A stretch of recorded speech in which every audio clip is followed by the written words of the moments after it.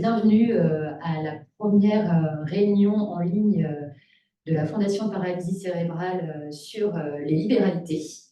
Alors, les libéralités, c'est un mot un peu obscur parfois, et c'est pour ça que nous sommes là aujourd'hui pour essayer d'éclairer un maximum les participants sur ces pratiques. Donc, je voudrais tout d'abord remercier les trois intervenants qui sont ici ce soir avec nous, qui vont venir apporter leur expertise dans leur domaine. Tout d'abord, Madame Anna Tikhonova, Bonjour à tous. qui est donc responsable de l'ingénierie patrimoniale chez Cogefi. Maître Guillaume Bourdel, qui est notaire chez Fragilis, et Monsieur Pierre-Élie Carnot, qui est trésorier et administrateur de la Fondation Paralysie Cérébrale, et qui va nous aider à se poser toutes les bonnes questions pour ces pratiques. Donc, je suis Clara Titruc et je suis la directrice de la Fondation Paralysie Cérébrale. Avant de laisser la parole à nos intervenants, je voudrais dire juste quelques mots sur la Fondation Paralysie Cérébrale. Je ne vais pas vous parler de paralysie cérébrale ce soir, mais vraiment de la Fondation en elle-même et de ses missions. Donc, tout d'abord, la Fondation elle a été créée en 2005 par des associations de patients et des professionnels du soin qui se sont rendus compte qu'il manquait des acteurs pour financer la recherche sur cette pathologie qui est le premier handicap moteur chez l'enfant en France. Et donc, ils ont décidé de mettre en commun leurs fonds pour créer notre fondation. Dès le départ, la fondation s'est voulu être un carrefour des parties prenantes, donc entre les personnes avec paralysie cérébrale, leurs familles, les chercheurs, les professionnels du soin et les donateurs. Donc, elle a deux missions principales, la fondation. La première, qui est de soutenir la recherche sur cette pathologie, bien entendu, et la deuxième qui est de diffuser les connaissances et les bonnes pratiques autour de la paralysie cérébrale. Donc, depuis sa création, la paralysie cérébrale, en quelques chiffres, c'est près de 80 projets de recherche qui ont été financés.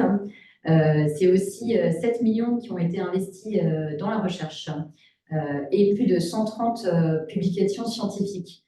Et comme vous vous en doutez, pour faire tout ça, il y a besoin de moyens. Et on va voir ensemble ce soir comment on peut aider et soutenir cette recherche grâce à la générosité et aussi un peu de fiscalité. Donc, un dernier mot concernant la Fondation, il faut savoir qu'elle est reconnue d'utilité publique et on va vous expliquer dans un instant à quel point c'est important pour justement avoir ces soutiens précieux dans la fiscalité. Juste avant de commencer, j'aimerais partager avec vous un petit spot télé dont nous avons 1 million de raisons d'être fiers, qui est un spot que vous avez peut-être déjà vu sur les chaînes de France Télévisions et qui nous a été fait par des élèves d'une école de communication et qui va vous montrer un petit peu pourquoi c'est important de partager au niveau de la générosité. Alors, temps technique de... Et j'espère que vous entendrez.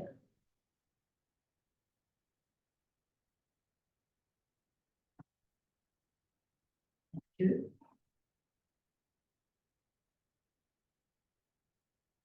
le son sera bon.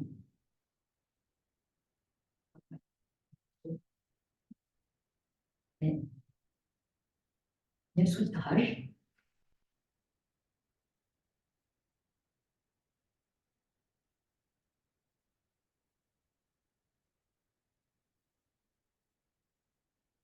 Vos vies prennent des chemins différents, je serai toujours là pour veiller sur vous. Tous ces gestes qui vous paraissent anodins, des milliers d'enfants ne peuvent les accomplir.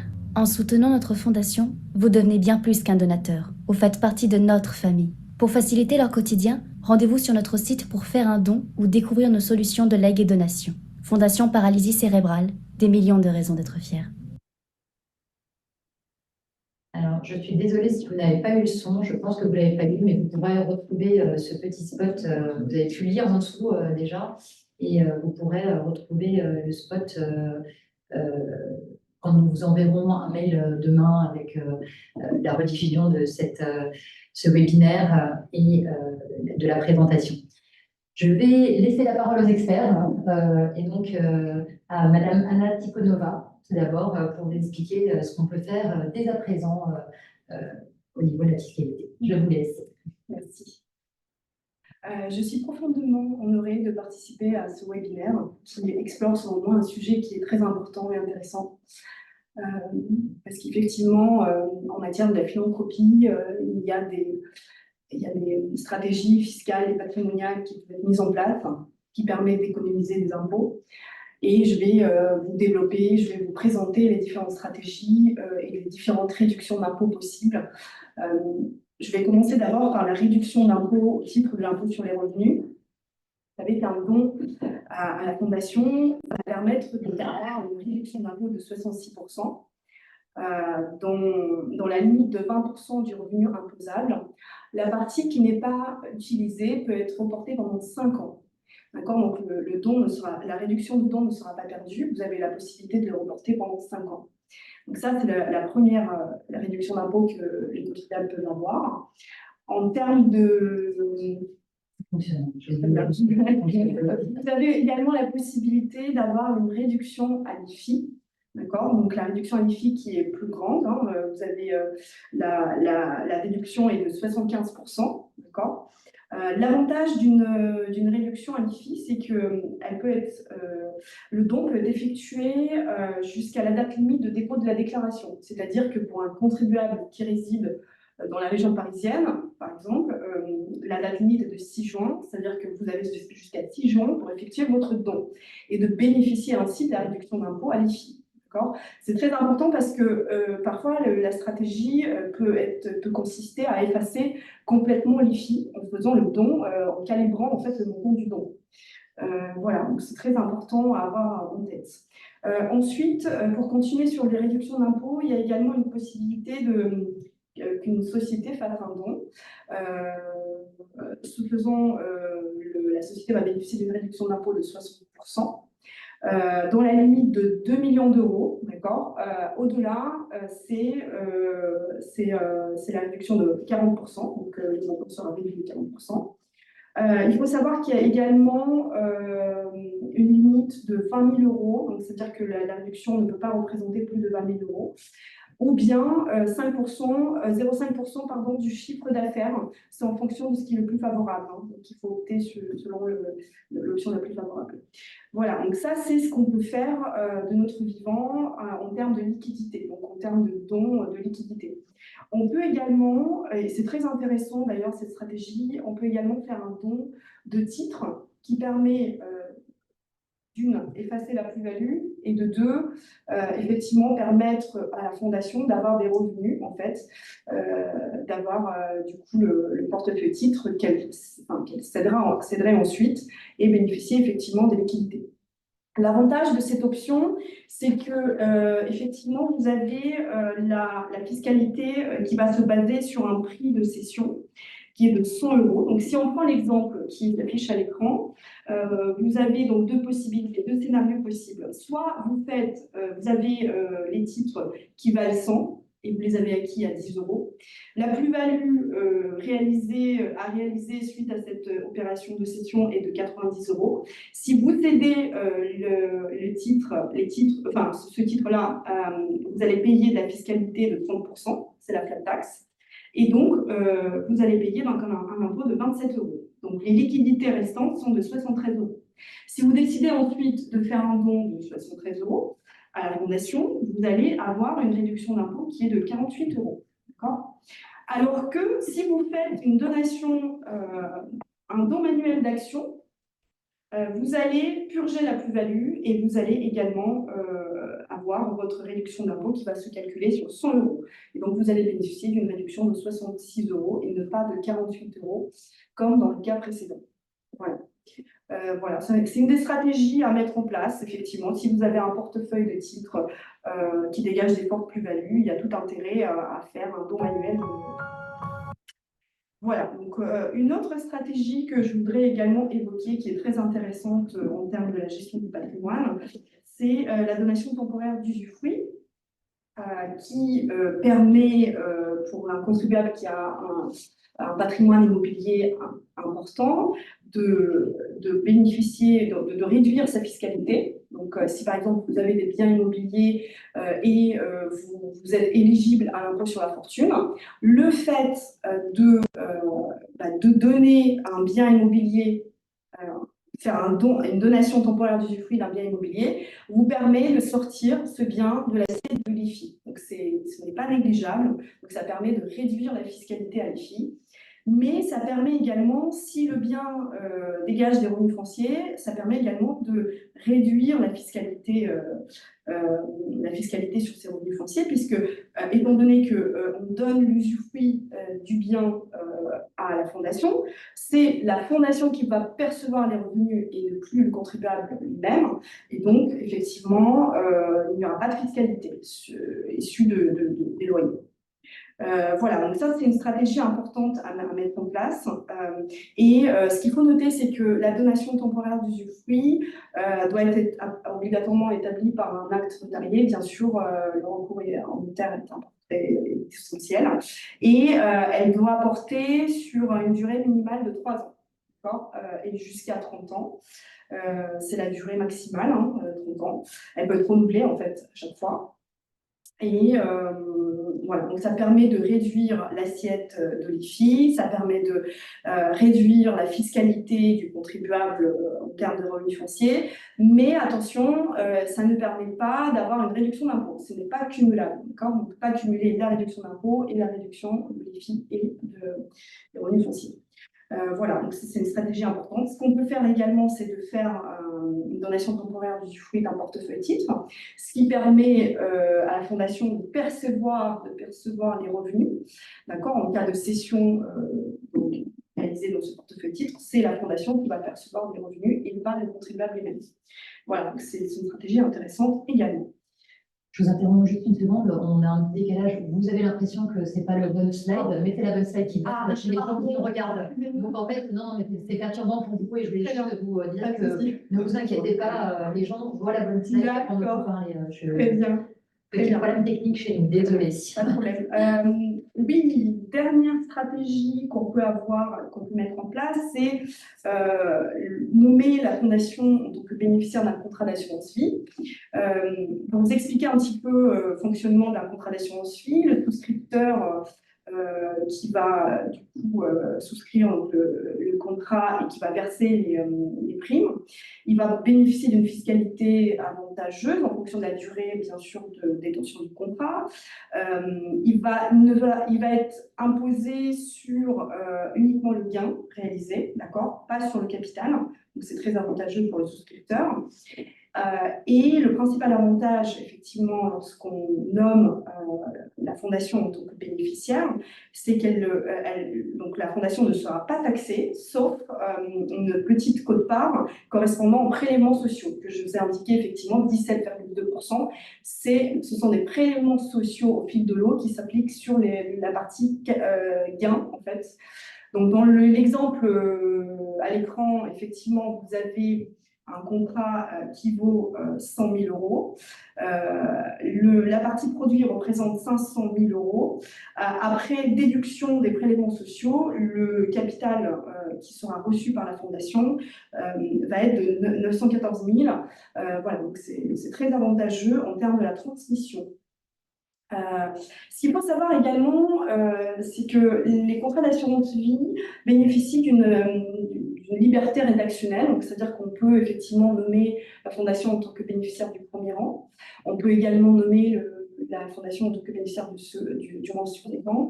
Et on peut également instaurer ce qu'on appelle une clause balai, dans laquelle on prévoit, par exemple, plutôt que ce soit des proches lointains qui perçoivent les capitaux, que ce soit la fondation. Donc, c'est tout à fait possible d'indiquer dans la clause bénéficiaire, prévoir des dispositions différentes.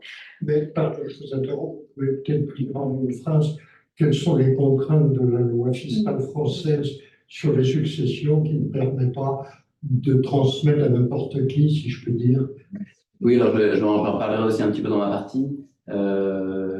Mais effectivement, pour compléter ce qui vient d'être dit, c'est que sur les contrats d'assurance vie, il faut toujours être vigilant quand on souscrit un contrat qui vous est souvent proposé par votre cher banquier comme un placement de vos capitaux pour une bonne rentabilité pendant votre vie. Vous avez l'impression de souscrire un contrat de placement et en réalité, il y a toujours une clause bénéficiaire qui est associée. Et cette clause bénéficiaire, comme Anna vient de le dire, nécessite une véritable réflexion sur sa rédaction et la liberté est très grande. Elle est très grande parce que sous différentes réserves, mais sur lesquelles on reviendra, vous pouvez librement indiquer le bénéficiaire de votre contrat pour un contrat d'assurance vie sans pour autant que ça puisse porter éventuellement atteinte à la part qui reviendrait à vos enfants, par exemple, qu'on a l'habitude d'appeler héritier réservataire, j'en parlerai tout à l'heure. Pour compléter également ce qui a été dit, c'est que très souvent dans les clauses proposées par les banques, ce qu'on appelle la clause balai, c'est-à-dire s'assurer qu'il y ait toujours un bénéficiaire désigné, se résume souvent en disant « à défaut mes héritiers ». Et à défaut mes héritiers, c'est souvent la fin de la clause qui dit « mon conjoint, à défaut mes enfants, à défaut mes héritiers », parce que votre conseiller bancaire, aussi sympathique soit-il, en général n'est pas toujours très affûté aux techniques contractuelles, et donc il vous fait cocher cette case-là qui est plus simple à conserver. Et donc, pour compléter, ce qui est bien, c'est de remplacer à défaut mes héritiers comme clause balai, de dire éventuellement à défaut la fondation paralysie cérébrale, de s'assurer qu'il y ait toujours un bénéficiaire désigné, et comme c'est une fondation qui est désignée, a priori, elle va conserver la personnalité morale et la capacité de recevoir les bénéfices des contrats longtemps, et donc c'est s'assurer que les capitaux que vous aurez versés iront à quelqu'un et ne se retrouveront pas dans votre actif successoral et taxés à ce titre. Voilà. Belle transition.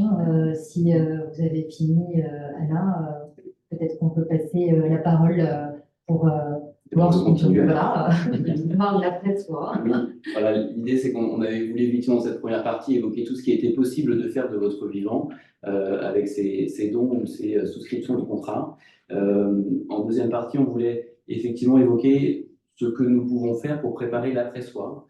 Je pense que vous n'avez pas besoin d'un notaire pour vous rappeler à quel point cette question de l'après-soi est importante, mais je pense que cette question, elle se pose de manière encore plus singulière lorsque on est confronté au sein de notre famille aux situations de handicap, parce que quand bien même notre droit français est un droit dont on peut être fier et qui s'exporte très souvent à l'étranger, les solutions qui sont proposées par le Code civil, notamment en matière successorale, ne sont pas nécessairement des solutions qui sont adaptées à votre schéma familial. Et heureusement, il est possible, dans certaines limites, de pouvoir organiser cela, prévoir cela pour adapter la transmission, soit par un contrat d'assurance vie, soit par d'autres manières, pour poursuivre deux buts, à mon avis: simplifier le sujet de votre succession pour votre famille, pour vos héritiers, et puis aussi peut-être, et c'est quand même l'objet de notre conférence aujourd'hui, de pouvoir désigner des associations, des fondations bénéficiaires d'une partie de votre patrimoine. Voilà. Alors sur la question très large de l'après-soi, on aura pu évoquer pas mal de sujets, et ça fera peut-être l'objet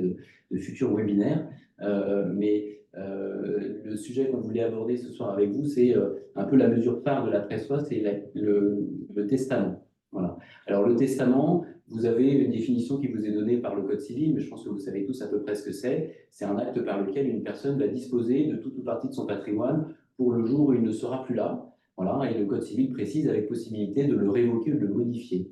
Voilà. Vous verrez, si jamais vous faites des recherches sur ce qu'est un testament, plusieurs formes de testament.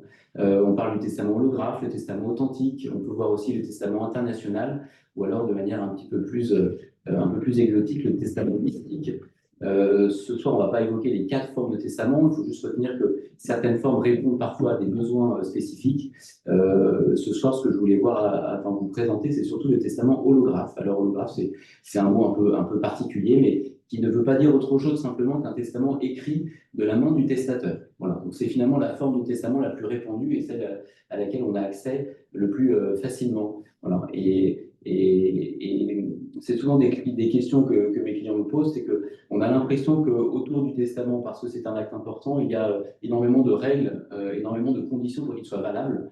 Et je voudrais d'abord vous rassurer pour vous dire que les conditions pour la validité d'un testament ne sont pas très nombreuses, elles sont au nombre de 3 simplement. Et là aussi, le Code civil le prévoit en disant que le testament holographe, pour être valable, doit être écrit de votre main, daté et signé, et c'est tout. Autrement dit, il n'y a pas de condition de forme de papier, de taille, de couleur d'encre, de qualité d'écriture, quand bien même on arrive quand même à vous lire. À partir du moment où on a un original en notre possession en tant que notaire, il est applicable. Et donc, c'est assez facile, effectivement, de prendre des dispositions testamentaires, à la condition, bien sûr, qu'il soit retrouvé le moment venu. Donc, c'est une des idées reçues, c'est que le testament, pour être valable, ne doit pas nécessairement être conservé par un notaire. On a l'impression, mais ça n'est pas une condition de validité. En revanche, je vais peut-être un petit peu prêcher pour ma paroisse, je ne peux que vous recommander de confier l'original de votre testament à un notaire pour plusieurs raisons. La première raison, c'est qu'il va pouvoir vous accompagner en bon professionnel du droit sur la bonne rédaction de votre testament, parce qu'il y a parfois des formules consacrées juridiques pour s'assurer qu'effectivement, au moment où on viendra à lire votre testament, il soit bien appliqué selon vos souhaits à vous. Et parfois, en écrivant quelque chose, on a l'impression d'être clair, et lorsque le notaire va le lire, il aura compris autre chose. Donc, c'est vraiment contrôler la rédaction de votre testament. Ensuite, il va pouvoir le conserver au coffre de son étude, cet original. Il le conservera aussi longtemps qu'il le faut, et je vous le souhaite le plus longtemps possible. Et puis, il l'inscrira également sur un fichier qu'on appelle le fichier central des dispositions de dernière volonté, auquel tous les notaires ont accès, et je vous rassure, aucun notaire ne règle de succession sans interroger ce fichier. C'est d'ailleurs le premier acte que l'on fait quand on ouvre une succession, c'est interroger le fichier pour savoir si un testament a été déposé chez un notaire en France. Et donc, quand bien même vous habiteriez Paris, que vos enfants habitent à Toulouse et qu'au moment du règlement de votre succession, ce sont vos enfants qui prennent leur notaire à Toulouse pour des facilités de règlement, eh bien, le notaire de Toulouse interrogera ce fichier, saura qu'un notaire à Paris, en 2024, a reçu un testament et l'original pourra être retrouvé sans difficulté à ce moment-là.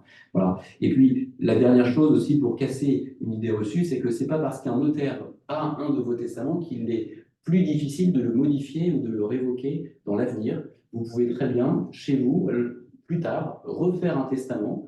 Ce n'est pas parce qu'il sera laissé dans votre table de nuit qu'il sera moins valable que celui qui est reçu chez un notaire. À partir du moment où vous prenez soin de révoquer les dispositions antérieures, eh bien, le testament le plus récent s'appliquera et révoquera le testament antérieur, même s'il est détenu chez un notaire. Voilà. Donc, ça, c'était pour la petite publicité pour les notaires, mais encore une fois, je fais très souvent réécrire mes clients pour préciser leurs souhaits testamentaires. Et donc, voilà, les conseils sont souvent bons, pertinents de mes confrères, donc n'hésitez pas à les demander. Voilà.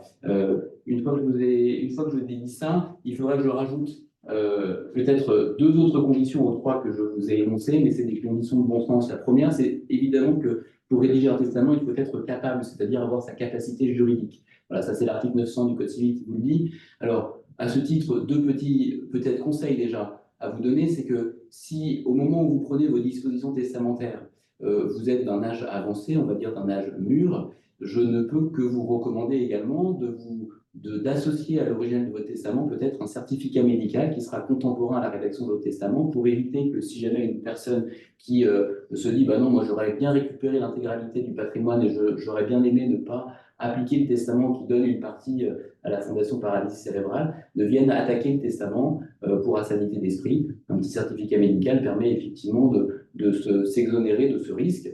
Ça, c'est la première chose. Et puis, quand on est confronté aux situations de handicap, eh bien, il y a aussi les questions de est-ce que mon enfant en situation de handicap, qui peut être placé sous une mesure de protection, est-ce que lui peut-il tester? Voilà. Et bien là, je pourrais y passer une demi-heure sur le sujet, mais là aussi, demander conseil à un notaire en fonction du degré de dépendance de votre enfant. Est-ce que lui peut organiser la transmission de son patrimoine? Et par rapport à ce qu'on dira après, il est possible qu'à son décès, il ait un patrimoine important à léguer. Et donc, important peut-être aussi de prendre des dispositions à ce niveau-là. Je pense que ça mériterait un webinaire ou autre particulier parce que ce n'est pas un cas complètement impassible dans la mesure où malheureusement ces enfants puis ces personnes peuvent ne pas avoir de descendance, on le voit malheureusement, et donc s'ils héritent de leurs parents, ils se retrouvent à la tête d'un certain patrimoine.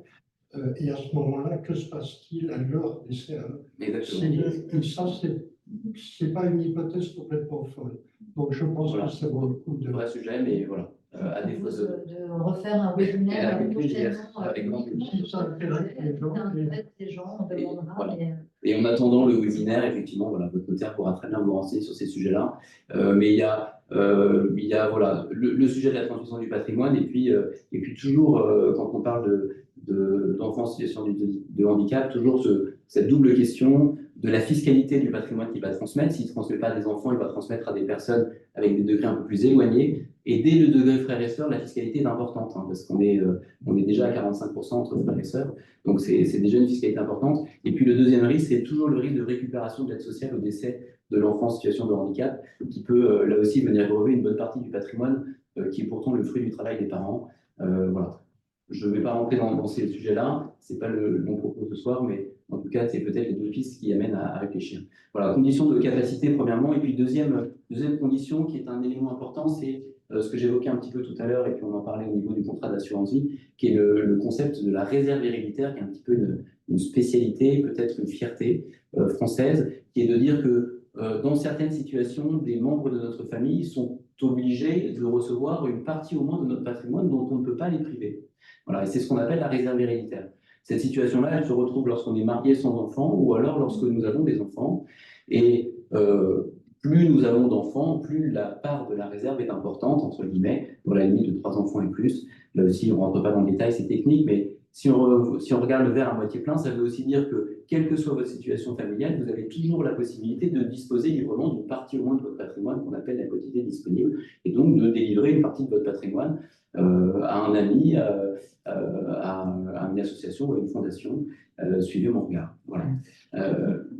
En cas d'héritage direct, l'assurance vie est le cas à part que nous avons. Exactement. Et c'est bon de le rappeler à ce moment-là. Je le rappelle, les fonds placés sur le contrat d'assurance vie, dont éventuellement la Fondation Paralysie Cérébrale serait bénéficiaire, ne rentrent pas en ligne de compte dans le calcul de la réserve. Autrement dit, je place, on va prendre l'exemple, 1 million d'euros en contrat d'assurance vie, et je vous souhaite que vous puissiez le faire, eh bien, vous aurez toujours votre quotité disponible, la partie de votre patrimoine, intégralement libre pour la donner ou la léguer à quelqu'un d'autre. Voilà. Il y a une limite, c'est les primes manifestement exagérées. Alors, c'est un concept jurisprudentiel qui vise simplement à s'assurer qu'une personne ne va pas mettre toutes ses économies, vendre tout son patrimoine immobilier quelques mois avant son décès pour le mettre sur un contrat dont serait bénéficiaire voilà, une copine, un copain ou une personne mal intentionnée. Donc ça, c'est pour protéger la réserve. C'est peut-être la seule limite à mon propos. Voilà, la réserve héréditaire. Deuxième limite à la liberté de tester, mais qui vous laisse quand même une certaine liberté. Voilà. Une fois qu'on a dit ça, eh bien dans les legs, il y a différentes formes de legs, et là, vous pouvez là aussi rédiger votre testament selon différentes façons, en léguant une somme d'argent, un bien immobilier ou un bien mobilier spécifique, c'est ce qu'on appelle les legs particuliers. On peut léguer une quote-part de son patrimoine, un quart, un tiers en fonction de la situation, etc. C'est le leg à titre universel, et puis la dernière forme de leg, c'est le leg universel. Je lègue l'intégralité de mon patrimoine à une personne déterminée. Voilà, ça c'est à chaque fois la réflexion à mener avec votre notaire en se disant qu'est-ce que je souhaite et comment est-ce que je rédige mon testament pour coller à ce que je souhaite et voilà, et atteindre les objectifs que je me suis fixés. En quelques minutes, je voulais revenir sur deux techniques testamentaires qui, à mon sens, sont importantes. C'est le legs universel d'une part, et puis le legs net de frais et droits dans un deuxième temps. Le legs universel, pourquoi est-ce que j'en parle? Parce que c'est important de vous préciser qu'il présente plusieurs avantages, qu'on soit en présence d'héritiers réservataires ou pas.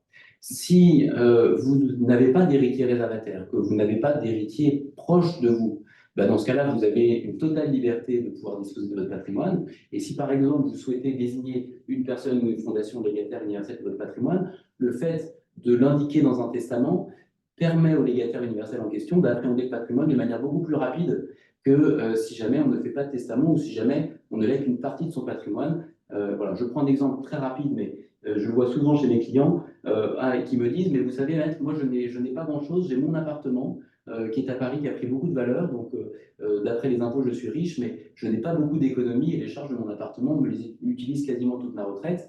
Donc j'ai fait un testament, je vous le livre, j'ai légué mon appartement à la Fondation Paralysie Cérébrale et comme ça, il aura quasi-totalité de mon patrimoine et donc c'est ce que je veux, c'est très bien. » Eh bien, en réalité, une fois qu'on ouvrira la succession et qu'on verra ce testament, on sera obligé d'aller retrouver les héritiers légaux, les héritiers du sang de ce brave testateur, pour que ces héritiers viennent délivrer le legs à la Fondation Paralysie Cérébrale et la Fondation ne pourra récupérer l'appartement qu'après que le legs ne lui ait été délivré.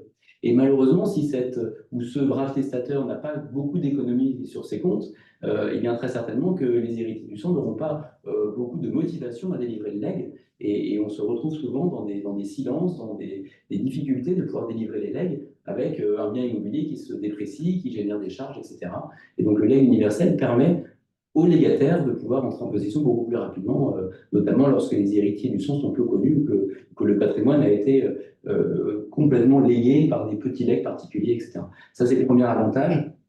Et puis en présence d'héritiers réservataires, alors on a moins souvent de désignation de légataire universel quand on a des enfants ou quand on a un conjoint, mais tout de même, ce qui est important, c'est que le legs universel va créer la situation juridique suivante: l'intégralité du patrimoine est transmise aux légataires, et si nous avons des héritiers à réserve dont on ne peut pas réduire leur part successorale, et bien à ce moment-là, le légataire universel devra reverser la part de réserve aux héritiers réservataires, en principe en valeur. Qu'est-ce que ça veut dire? Ça veut dire que ça limite, ça évite l'indivision. Et là aussi, je prends un exemple pour être peut-être plus parlant. Si vous êtes dans une structure familiale où vous avez un enfant qui n'est pas en situation de handicap et puis un deuxième plus jeune qui est en situation de handicap, vous pourriez peut-être vous dire, eh bien, j'ai des biens immobiliers, ça va être, dont certains peut-être génèrent des revenus, ça n'est peut-être pas dans l'intérêt de mon enfant en situation de handicap d'être co-indivisaire des biens immobiliers parce que ça va générer des revenus, ça va avoir un impact sur ses allocations, ou alors il va y avoir un risque de récupération de l'aide sociale ou de la fiscalité au moment de son décès quand il va transmettre sa partie d'immeuble à son frère, par exemple. Et bien dans ce cas-là, nous pourrions, par exemple, par un testament, désigner le frère aîné légataire universel. Il appréhendera la totalité du patrimoine, recevra les immeubles, pourra les vendre seul et devra reverser à son frère sa part de réserve, en principe en valeur. Il pourra choisir de donner certains biens immobiliers s'il le souhaite, au terme d'un acte de partage. Si certains biens immobiliers sont adaptés à la situation de son petit frère, pourquoi pas. Mais ça évite la situation d'indivision et ça simplifie largement, à mon avis, la liquidation, ou en tout cas le règlement de votre succession. Voilà. Et donc, ce legs universel présente, à mon avis, quelques avantages. Et puis, dans les quelques minutes qui me restent, je voulais évoquer avec vous la technique du legs net de frais et droits. Alors ça s'applique.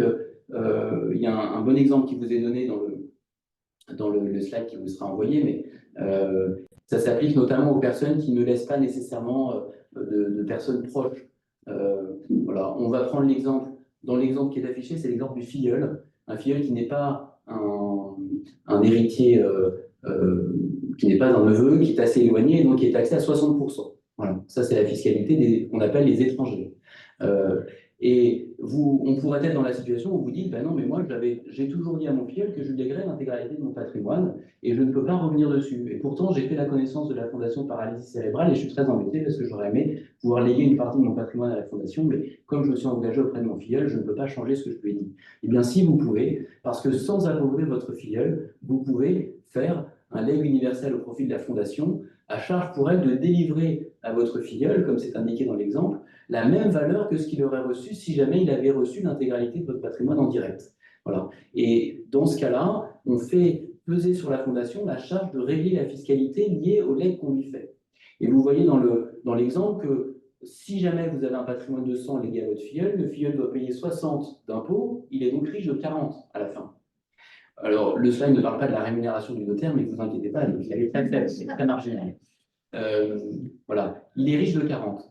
Dans l'hypothèse 2, on va léguer la totalité du patrimoine à la Fondation, qui va recevoir les 100, à charge pour elle de délivrer 40 au filleul. Le filleul va donc être aussi riche que dans l'hypothèse 1, et les 40 qu'il aura reçus seront taxés à 60%, ce qui générera 24 d'impôts que la Fondation va se charger de régler.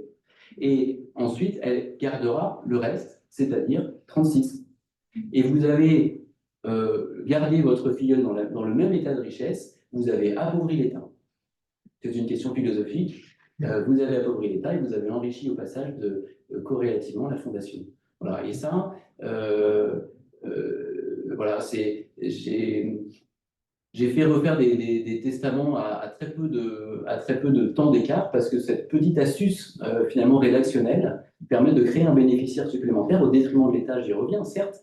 Peut-être qu'en tant qu'officier ministériel, je devrais limiter cette insistance, mais qui pourtant respecte quand même vos souhaits primaires de dire bah, j'aurais donné 40 à mon filleul. Voilà. Voilà les quelques points que je voulais évoquer avec vous et je cède la parole à notre troisième intervenant.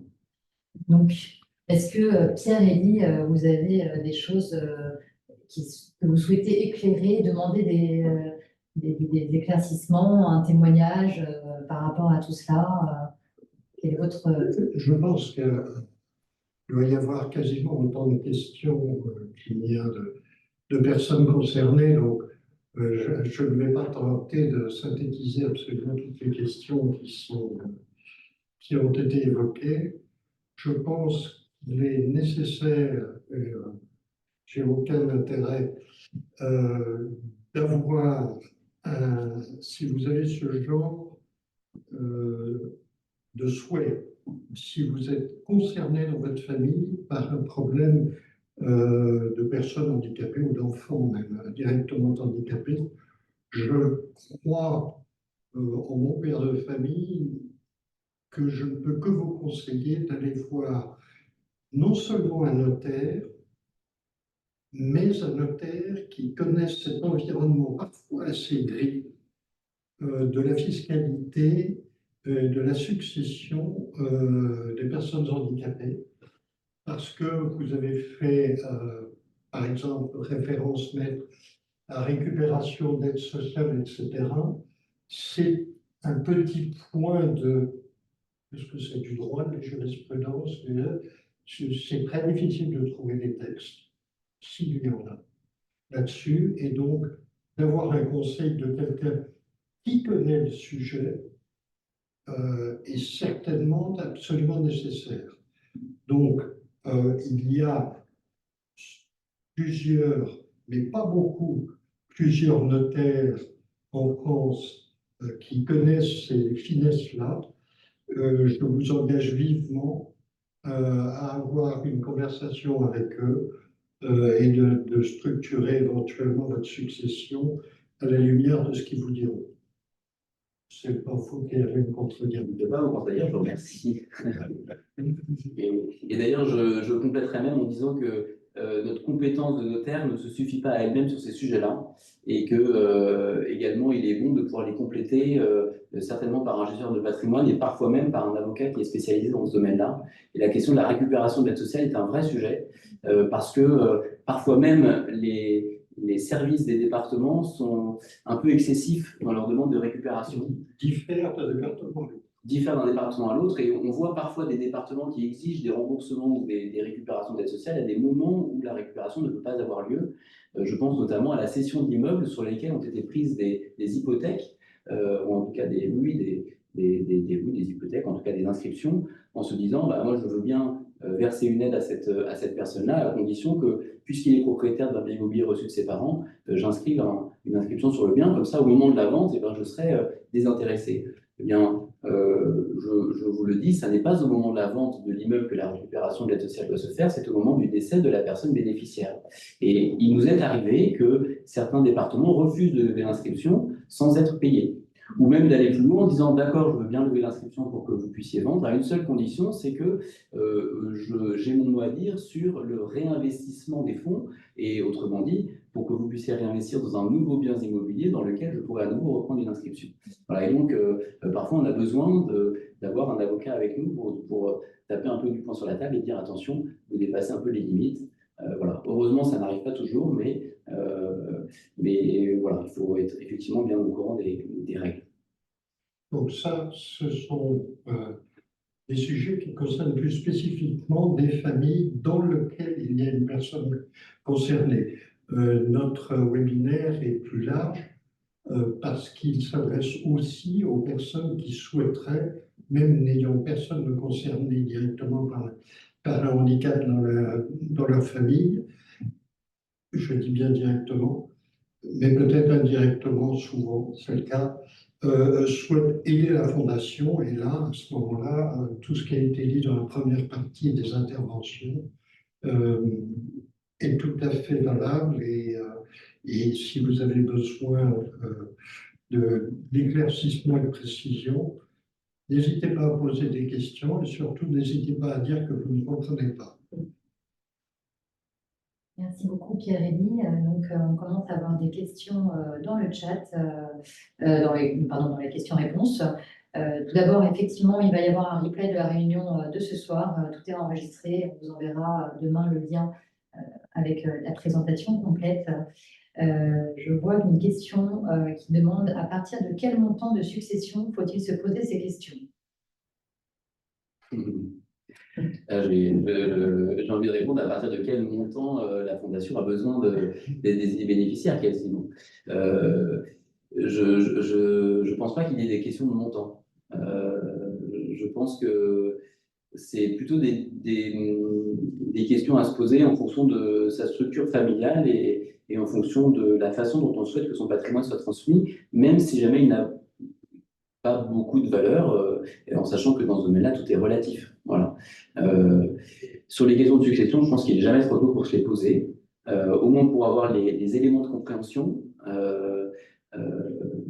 Et puis, c'est des questions qu'il faut sans cesse se reposer. Donc, il n'est jamais trop tôt. Il faut rester aussi voilà, bien à l'affût que les modifications de J'insiste situation. sur le fait que, comme vous l'avez évoqué, tous les deux d'ailleurs, si vous faites un testament, quelle que soit sa forme, que vous contractiez une assurance vie, les bénéficiaires, et pour faire rapide, ne sont pas inscrits dans le marbre. C'est quelque chose que vous pouvez faire évoluer tout au long de votre vie, et heureusement, parce que ce que vous avez écrit à 20, 30, 50 ans, quand vous en avez 70, et croyez-moi, je sais de quoi je parle, la vie peut changer, les structures familiales changent de plus en plus, donc vous n'êtes pas pieds et poings liés avec ce que vous avez écrit il y a 5 ans, 10 ans ou 10 minutes. Tout cela peut changer. Alors justement, ça recoupe une question qui est qu'une personne accompagnée qui souhaite faire un don sur son assurance vie, il suffit de mettre l'association bénéficiaire. Est-ce que c'est juste... Tout à fait. Il faut désigner la Fondation en tant que bénéficiaire d'un contrat d'assurance vie. Et à tout moment, en fait, on peut le changer. On peut changer à tout moment. Effectivement, le bénéficiaire, on peut les modifier à tout moment. Alors moi, j'ai une autre question par rapport à ça. Est-ce qu'il peut y avoir plusieurs bénéficiaires sur Tout une à fait. assurance vie? Tout à fait. On peut avoir plusieurs bénéficiaires dans le contrat d'assurance vie. Tout à fait. D'accord. Et on peut choisir de comment on partage cette Tout à fait. assurance vie, hein? Ouais, c'est tout à fait possible d'indiquer les pourcentages pour chaque bénéficiaire. En fait. Donc, Et comme on l'a dit, on a plus de liberté oui. dans la mesure où l'héritage est forcé, mais pas d'assurance vie. Les parts, si vous avez des enfants, sont déterminées. Votre notaire vous expliquera ça si vous n'êtes pas au courant. Dans une assurance vie, vous pouvez donner 98% à quelqu'un qui n'est pas un de vos enfants. Et un petit complément également, et là je ne parle qu'au niveau du notaire et avec mes connaissances de fiscalité et pas du tout au niveau des placements financiers, mais vous pouvez également vous poser la question d'avoir plusieurs contrats d'assurance vie, parce que ce n'est pas comme un livret A où vous ne pouvez en avoir qu'un seul, vous pouvez avoir plusieurs contrats d'assurance vie en tout cas, et il ne serait pas inutile de se dire que j'ai un contrat sur lequel j'ai mis une certaine somme dont l'unique bénéficiaire c'est la Fondation Paralysie Cérébrale, et puis j'ai un autre contrat dans lequel les bénéficiaires sont mes enfants ou d'autres héritiers. Ça vous permet d'avoir une certaine liberté pour vous dire j'ai 20 000 sur ce contrat, c'est le contrat de la Fondation, finalement je vais mettre un peu plus, finalement je vais peut-être récupérer un peu, et donc vous savez exactement qu'est-ce qui reviendra à la Fondation au moment de votre décès. C'est plus facile que d'avoir un seul contrat dans lequel vous allez dire je mets 1/10 à la Fondation et puis je mets 9/10 à quelqu'un d'autre, ou sur des codes-parts, on va être obligé de se mettre d'accord sur la libération des fonds, on n'a pas la même fiscalité, donc la libération de l'un va être empêchée par la fiscalité de l'autre, etc. Donc c'est bien de pouvoir effectivement séparer les... Non seulement ça, pardon, je remets mon ancienne casquette, l'avantage d'avoir plusieurs contrats, c'est qu'on peut avoir plusieurs politiques d'investissement. L'une peut être extrêmement agressive et l'autre peut être extrêmement défensive. Dans la mesure où tout le monde est logé dans un même contrat, je ne dirais pas que c'est un globi-boulga, mais tout le monde est un peu à la même source. Donc, vous pouvez décider que ce contrat-là sera très agressif pour vos enfants, mettons, et celui-là très défensif pour la Fondation. Alors, il y a une question toujours par rapport à l'assurance vie. Est-ce qu'il faut informer les bénéficiaires d'une assurance vie qui en sont bénéficiaires? Alors, pas d'obligation, non, non, surtout pas, faut pas le faire. Enfin, normalement, les bénéficiaires qu'on désigne, c'est nous qui les désignons et ça ne regarde que nous.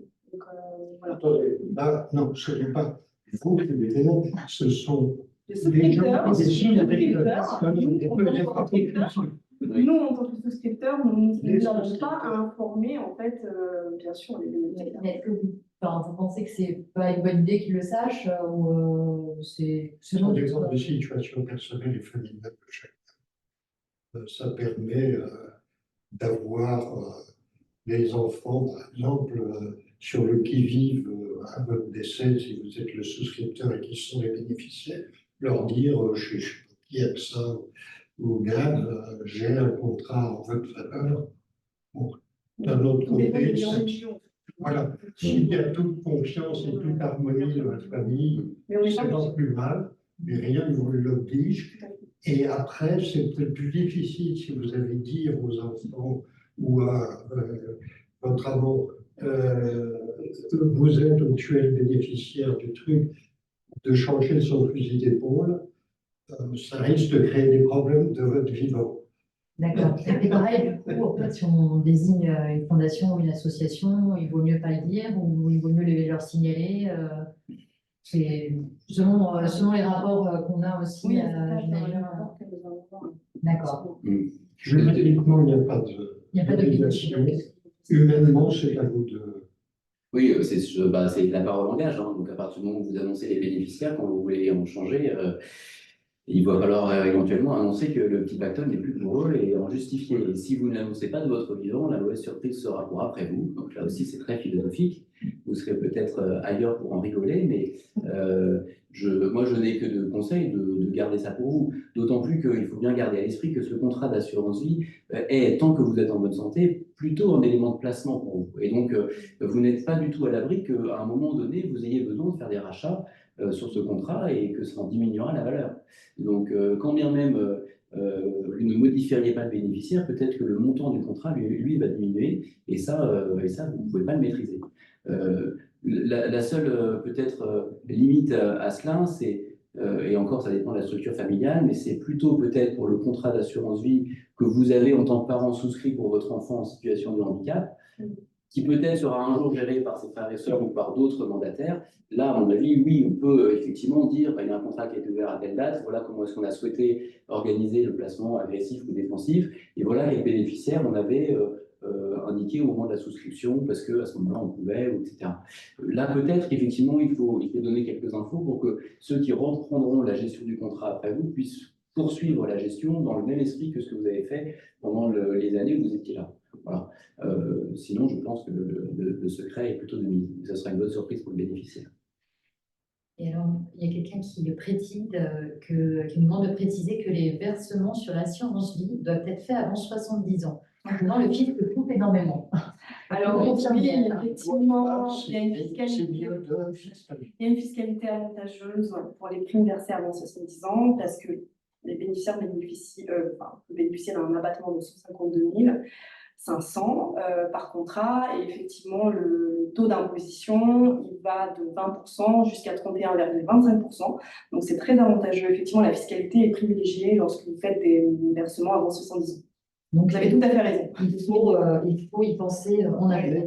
Rien ne vous empêche de faire un contrat à 75 ans, il sera nettement moins, Et il y aura là- plus de frottement Ouais. fiscal. Et là, on parle de la fiscalité applicable en ligne directe.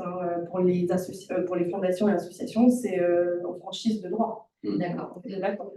Et je complète avec une petite précision, c'est que ces 152 500 € d'abattement sont par bénéficiaire. Par bénéficiaire. Voilà. Ah oui. Et donc, si vous avez plusieurs enfants, n'hésitez pas à multiplier les bénéficiaires. Et on peut même aller un peu plus loin, dans le... Comment? Et les enfants, Oui, on peut mettre les enfants et les petits-enfants, et multiplier les bénéficiaires, et on peut même démembrer les clauses bénéficiaires d'assurance vie. Ça se fait également pour laisser l'usufruit des sommes au conjoint et avoir des nus propriétaires enfants. Ça optimise là aussi la fiscalité, ça multiplie les abattements. Donc n'hésitez pas. Voilà, avec une petite pointe d'humour, on peut peut-être dire que tous les contrats qui ont été souscrits après 70 ans, il y en a maintenant 30 500, mais ce qui dépasse, il faudra mettre la fondation bénéficiaire pour qu'il n'y ait pas de droit sur ce qui dépasse. C'est ça. C'est bien sûr de l'humour, mais c'est une possibilité. Une question. Je connais une personne qui n'a pas de descendants et qui m'a dit qu'elle souhaitait tout léguer à l'Église.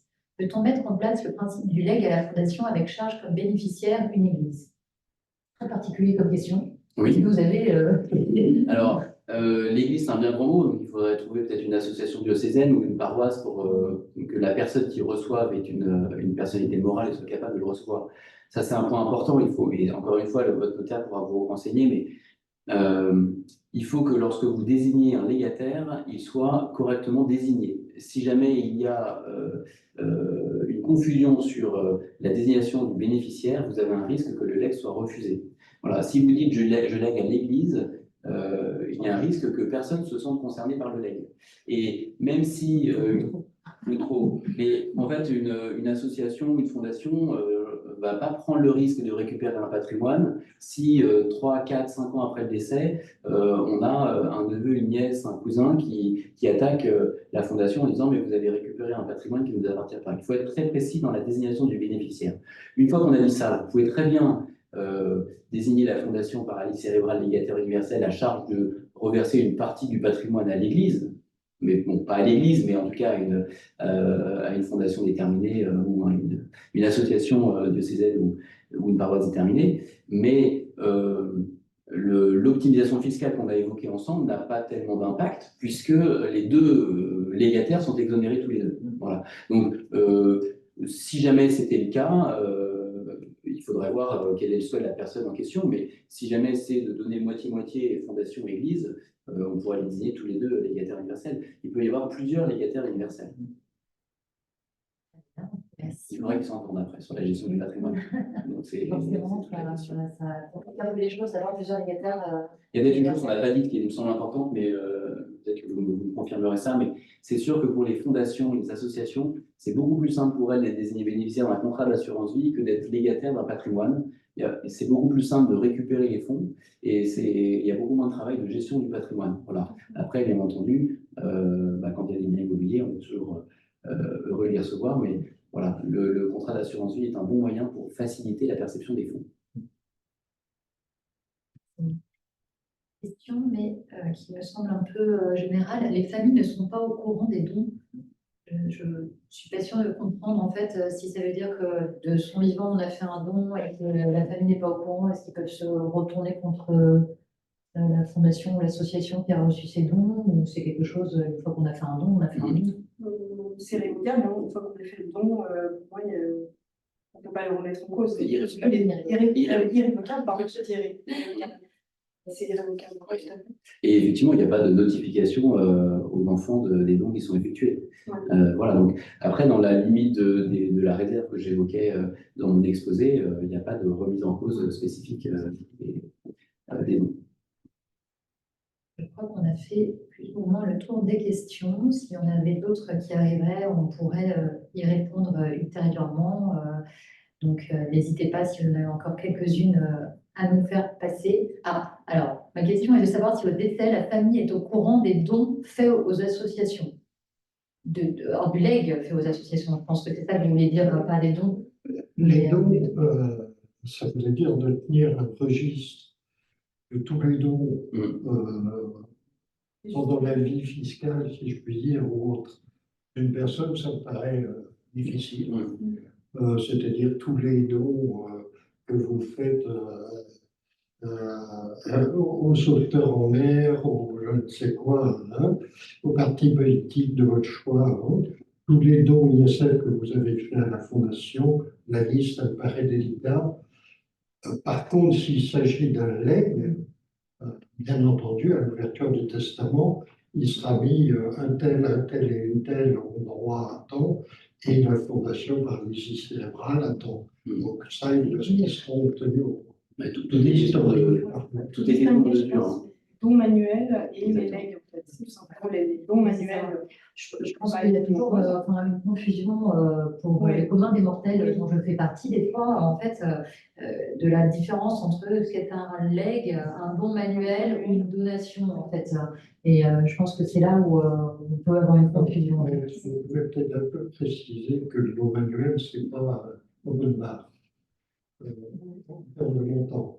Oui, parce que j'avais envie de dire, toutes les questions de mesure. C'est-à-dire qu'effectivement, des dons qui sont faits régulièrement pour des déductions IFI ou des déductions IR, on n'en tient pas compte dans la pratique au moment du règlement des successions. Voilà, il y a eu un avantage fiscal dont a bénéficié le défunt. C'était des dons qui étaient cohérents avec le niveau de vie et justifiés au moment où ça a été fait. On ne va pas rapporter les 500 € annuels versés au délai du culte ou à d'autres associations pour calculer la réserve. Voilà. Maintenant, si effectivement, à un moment donné, on a, je ne sais pas, des parents qui souhaitent créer une fondation abritée et qui apportent un gros capital à la fondation pour exécuter des missions spécifiques, on va en tenir compte pour effectivement s'assurer qu'il n'y a pas eu d'atteinte à la réserve. Voilà. J'espère que ça répond à la Tout question. dépend du patrimoine de la personne. Donc, si le patrimoine de la personne est conséquent, voilà, la valeur de don peut être conséquente également. Alors voilà, moi je voudrais juste remettre les choses en place. Le don manuel, c'est ce dont vous avez parlé tout au début, en fait, Anna, qui est en fait les dons qui apportent des déductions sur l'impôt sur le revenu, l'IFI ou l'impôt sur les sociétés. C'est quelque chose qui est fait de son vivant, un don. Alors qu'un legs, c'est pour l'après. Alors, pardon, pour ma compréhension, était que le don manuel était tout de même quelque chose. Vous avez parlé de proportion. Dans ma compréhension, il n'est pas possible de dire je fais un don manuel de 60% de ma fortune à un tel ou tel parce qu'il y a une couverture fiscale spécifique et un reporting qui doit être fait aux impôts spécifique aussi. Donc le don manuel n'est pas... Non, bien sûr. Et surtout qu'en fait, on ne peut pas déduire plus de 20% de notre revenu imposable pour le temps. Donc, on est déjà plafonné, donc on ne peut pas non plus se dépouiller de manière... Mais on pourrait, si je veux faire un don demain de 100 000 € et j'aurais qu'une déduction fiscale de je ne sais pas combien, mais de 2 000, on va dire, j'ai le droit quand même de le faire ou pas? Oui, vous avez le droit de le faire en fonction de votre patrimoine. Si vous avez un patrimoine conséquent, si vous avez 4 millions de patrimoine et si vous décidez de donner 50 000 €, faire un don de 50 000 €, ben, ça ne sera pas remis en cause. Pourquoi? Parce qu'effectivement, vu votre patrimoine, vous avez tout à fait la possibilité de faire un don manuel de ce montant-là. Très bien. Eh bien, si on n'a plus de questions, je vais clôturer ce premier webinaire et je souhaite encore une fois vous remercier tous, mais je voudrais aussi remercier Geneviève Geyer qui nous a beaucoup aidé dans tout ce qui est libéralité. Nous restons bien entendu à votre disposition. On a une brochure qui a été faite qui reprend un petit peu ce qui était dit ce soir. Donc, n'hésitez pas, si vous souhaitez la recevoir, vous pouvez nous envoyer un mail, nous appeler à la Fondation et on sera heureux de vous l'envoyer, de vous rediriger vers des personnes qui pourront répondre à vos questions en toute simplicité et en toute transparence. Et donc, je voulais juste aussi rappeler qu'on est dans une période actuellement, Anna en a parlé, c'est le moment de l'IFI et la Fondation, en tant que fondation reconnue d'utilité publique, peut recevoir ces dons. Donc, je vous invite, si vous ne l'avez pas encore fait et que vous souhaitez le faire, à éventuellement nous appeler si vous voulez plus de renseignements.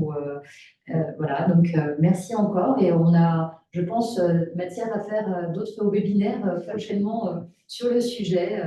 Et nous prenons encore, bien entendu, les questions et les demandes d'explications pour peut-être d'autres webinaires.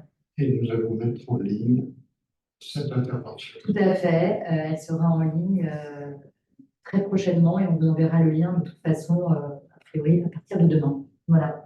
Très bien, merci pour votre invitation. Merci beaucoup. Merci à vous. vous souhaite une bonne soirée. Bonne soirée.